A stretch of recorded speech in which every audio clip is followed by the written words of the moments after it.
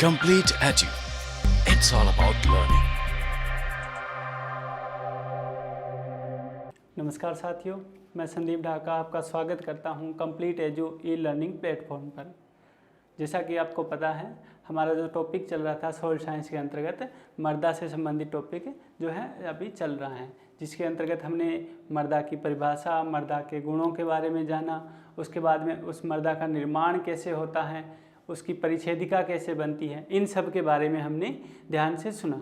उसके बाद में हम चलते हैं पृथ्वी के बारे में। जैसा कि पीछे की क्लास में हमने देखा था कि जो पृथ्वी हैं वो 3 मंडलों से मिलकर के बनी हुई हैं।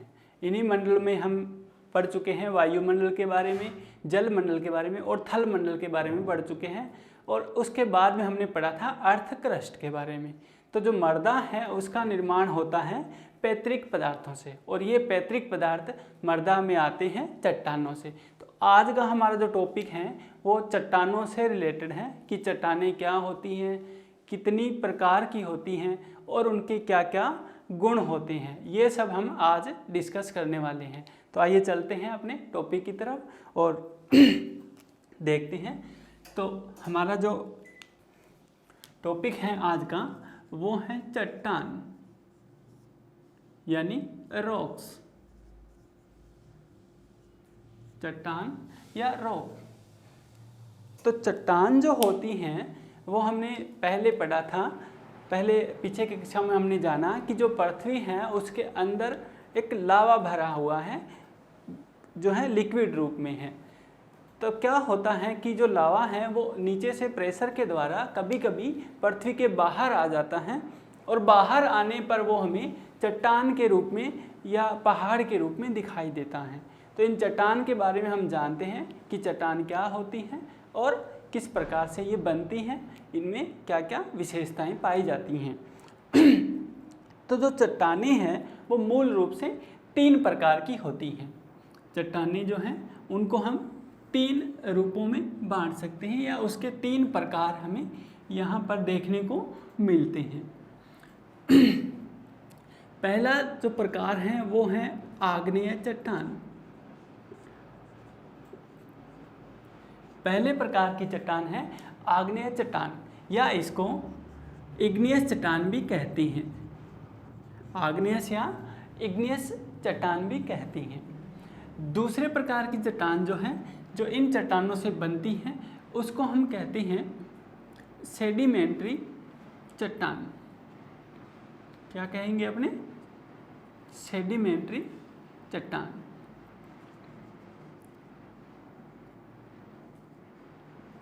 या इसको हम अवसादी चट्टान भी कह सकती हैं। सेडिमेंट्री या अवसादी चट्टान कहेंगे। तीसरे जो प्रकार की चट्टान है उसको हम कायांतरित चट्टान,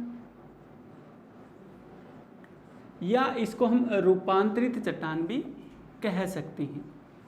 कायांतरित या रूपांतरित चट्टान, इंग्लिश में इसको मेटामॉर्फिक कहते हैं। मेटामॉर्फिक। 3 प्रकार की चट्टानें हैं। चट्टान जिसके मूल रूप से जो है आग्नेय चट्टान, फिर अवसादी चट्टान और कायांतरित चट्टान। इंग्लिश में देखें तो इग्नियस, सेडिमेंट्री और मेटामॉर्फिक 3 प्रकार की चट्टानें पाई जाती हैं। प्रश्न आता है कि मूल चट्टान कौन सी हैं? तो मूल चट्टान जो है वो आग्नेय चट्टान है। यानी जब पृथ्वी बनी थी, जब पृथ्वी ठंडी हो रही थी, तब पृथ्वी के अंदर का जो लावा निकल कर बाहर जमा हुआ था, उस चट्टान को आग्नेय चट्टान कहा जाता है। आग्नेय चट्टान को हम आगे जो है 2 भागों में बांट सकते हैं।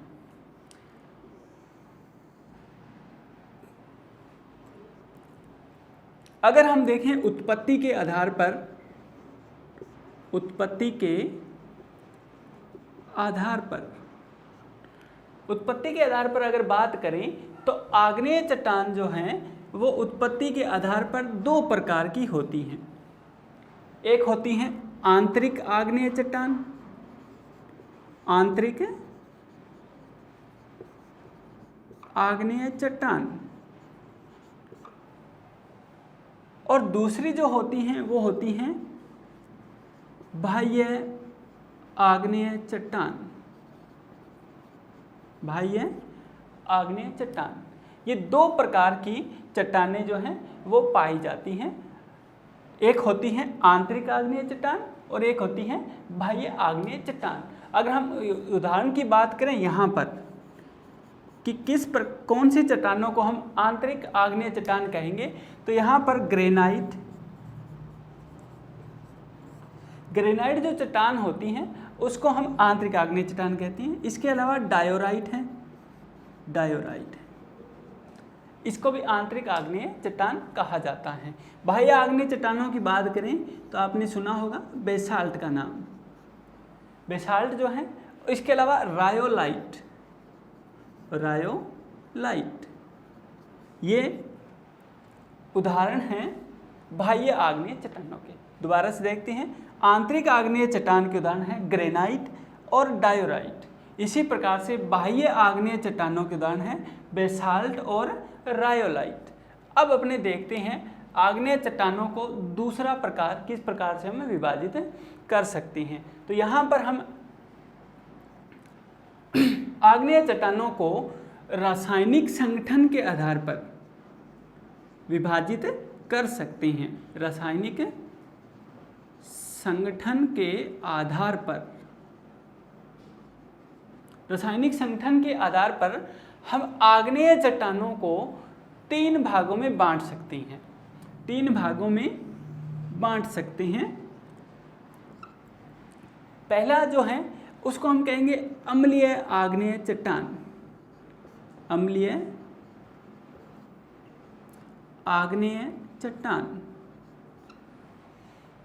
ऐसी चट्टान जिनमें जो मूल पदार्थ हैं उसमें अम्लीयता ज़्यादा पाई जाती है। जैसे कि मूल पदार्थ जो होता है सिलिका होता है, वही इसकी अम्लीयता को प्रभावित करता है। दूसरी जो चट्टान होती हैं उसको हम कहेंगे सामान्य आग्नेय चट्टान। और जो तीसरा प्रकार होता है उसको हम कहते हैं भास्मिक आग्नेय चट्टान।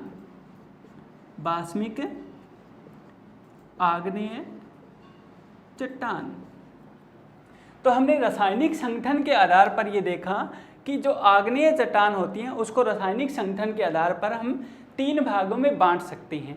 पहली है अम्लीय आग्नेय चट्टान, दूसरी है सामान्य आग्नेय चट्टान और तीसरी है भास्मिक आग्नेय चट्टान।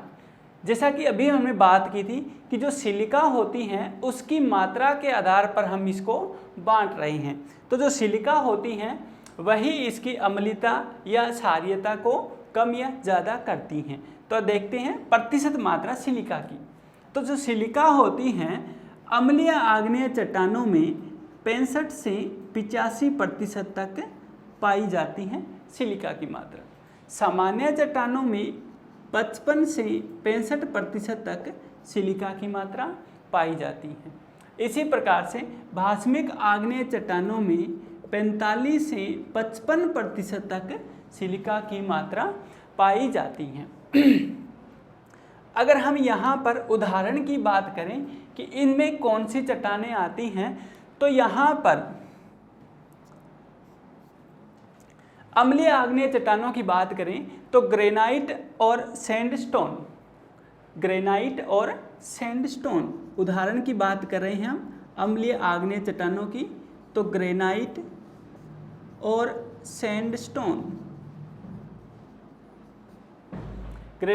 सैंडस्टोन चट्टानें जो हैं वो किसके उदाहरण हैं? अम्लीय आग्नेय चट्टानों की हैं। अब प्रश्न कई बार ऐसा आता है कि ग्रेनाइट में सिलिका की प्रतिशत मात्रा कितनी पाई जाती है, तो उसका आंसर होगा 65 से 85%।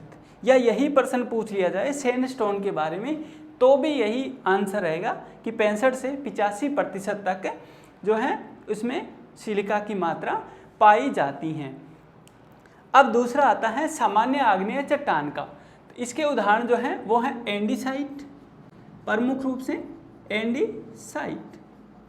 एंडीसाइट और डायोराइट, ये इसके उदाहरण हैं। डायोराइट प्रश्न आ जाता है कि एंडीसाइट में सिलिका की मात्रा कितनी पाई जाती है, तो आंसर होगा 55 से 65% के बीच में पाया जाता है। इसी प्रकार से अगर पूछ लिया जाए कि बाष्मिक आग्नेय चट्टानों के उदाहरण क्या हैं, तो बाष्मिक आग्नेय चट्टानों में आती हैं बेसाल्ट और लाइमस्टोन। बेसाल्ट और लाइमस्टोन। दोबारा से देखते हैं अपने रासायनिक संगठन के आधार पर हमने सिलिका की मात्रा के आधार पर इन चट्टानों को 3 भागों में बांटा, जिनमें सिलिका की मात्रा 65 से 85% पाई जाती हैं। उन चट्टानों को हम अम्लीय आग्नेय चट्टान कहेंगे। जिन चट्टानों में सिलिका की मात्रा 65% से कम और 55% से अधिक पाई जाए उनको हम सामान्य आग्नेय चट्टान कहेंगे। और जिन चट्टानों में 45 से 55% तक सिलिका की मात्रा पाई जाती है उन चट्टानों को हम बाष्मिक आग्नेय चट्टान कहेंगे। इन चट्टानों में सिलिका की मात्रा अधिक होती है, इन चट्टानों में कैल्शियम की मात्रा अपेक्षाकृत अधिक पाई जाती हैं। तो इस प्रकार से हमने चट्टानों का वर्गीकरण किया, आग्नेय चट्टान के बारे में जाना। इसके 2 प्रकार थे, एक उत्पत्ति के आधार पर हमने 2 भागों में बांटा, फिर अपने इसको रासायनिक संगठन के आधार पर 3 प्रकार में बांटा और इनके अलग अलग उदाहरण से हमने समझा कि हम कौन सी चट्टान को किस में रखेंगे। फिर आती हैं दूसरी अवसादी चट्टान और उसके बाद में आती हैं कायांतरित, रूपांतरित या मेटामॉर्फिक चट्टान। तो अब अपने इसको एक एक करके पढ़ेंगे। सबसे पहले अपने चलेंगे आग्नेय चट्टान की तरफ कि ये चट्टानें क्या हैं, इनके गुण क्या हैं, उनकी विशेषताएं क्या हैं, और इसमें कुछ विशेष चट्टानों के बारे में हम पढ़ेंगे।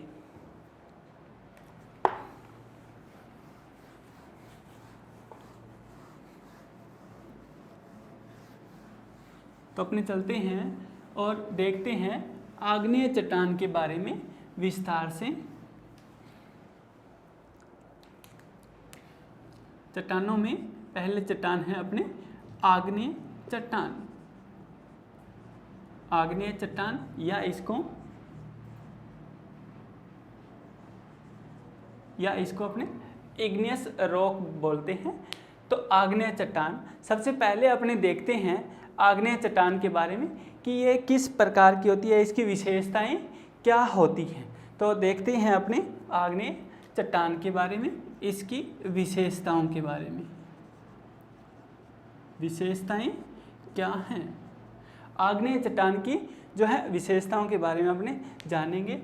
तो विशेषताओं में अपने देखते हैं कि सबसे पहली जो विशेषता है कि ये बहुत कठोर होती हैं, बहुत कठोर होती है।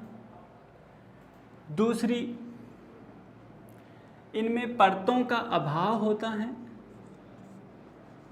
परतों का अभाव होता है। कठोर होती हैं, परतों का अभाव होता है। तीसरा, क्रिस्टलीय होती हैं, क्रिस्टलीय होती हैं परंतु क्रिस्टलों की संरचना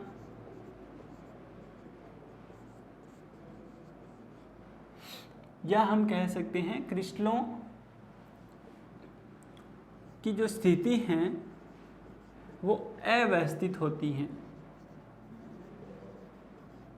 क्रिस्टल जो हैं वो व्यवस्थित क्रम में नहीं होते हैं।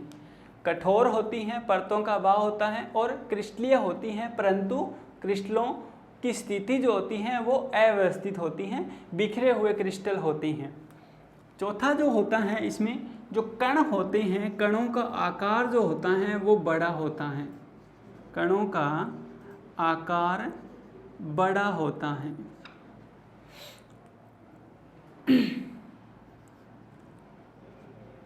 रंध्र जो होते हैं, रंध्र इनमें नहीं पाए जाते हैं, रंध्र नहीं पाए जाते हैं।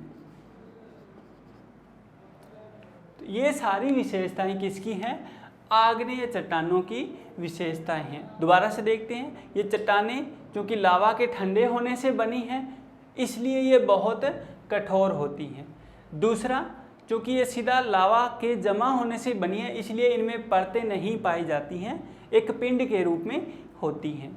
तीसरा, क्रिस्टलीय होती हैं परंतु क्रिस्टल अव्यवस्थित होते हैं। चौथा, कणों का आकार जो होता है वो बड़ा होता है। पांचवा, इन चट्टानों में रंध्र नहीं पाए जाते हैं। ये सारे गुण पाए जाते हैं आग्नेय चट्टानों में।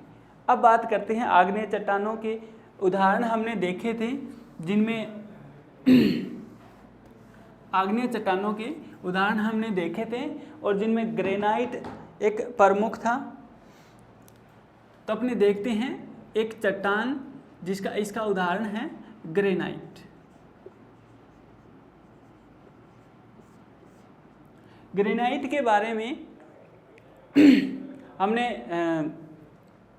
बात की थी पहले कि ये चट्टान जो है आंतरिक आग्नेय चट्टान है, यानी जब लावा पृथ्वी से बाहर निकल रहा होता है तो जब वो अंदर से दबाव कम हो जाता है तो ऐसी स्थिति में जो लावा है वो पृथ्वी के अंदर ही जम जाता है और जमने के कारण जो चट्टान बनती हैं वो ग्रेनाइट होती हैं।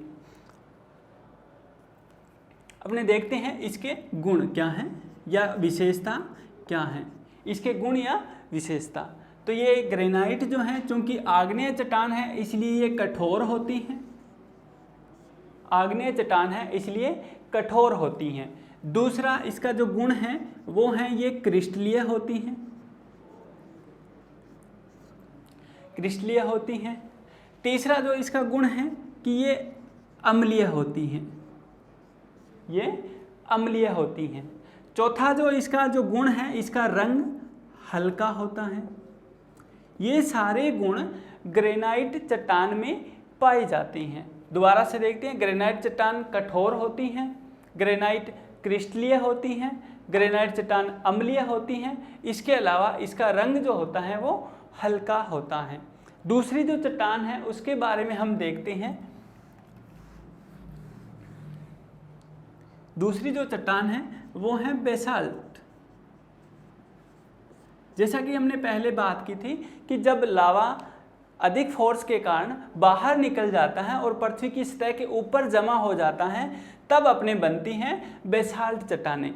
इस प्रकार की जो चट्टानें होती हैं वो कठोर भी होती हैं, कठोर होती हैं, दानेदार होती हैं, दानेदार होती हैं। और इसका तीसरा जो गुण है कि वो रंग जो होता है इसका वो गहरा होता है, रंग गहरा होता है। इस प्रकार से हमने पढ़ा आग्नेय चट्टान। आग्नेय चट्टानों में दो मूल चट्टानें हमने पढ़ी, एक पढ़ी ग्रेनाइट, दूसरी पढ़ी बेसाल्ट। अब हम नेक्स्ट क्लास में पढ़ेंगे अवसादी चट्टान और कायांतरी चट्टान के बारे में। दोस्तों, आज की हमारी क्लास आपको कैसी लगी इसके लिए आप हमें कमेंट कर सकते हैं तथा किसी भी प्रकार के डाउट के लिए आप हमारी लाइव डाउट क्लास को ज्वाइन कर सकते हैं। इसके लिए आप हमारे YouTube चैनल को सब्सक्राइब कीजिए और बेल आइकन को प्रेस कीजिए। इसके साथ ही हमसे जुड़े रहने के लिए आप हमारे अन्य सोशल मीडिया प्लेटफॉर्म जैसे YouTube, ट्विटर, फेसबुक आदि को फॉलो करना ना भूलें।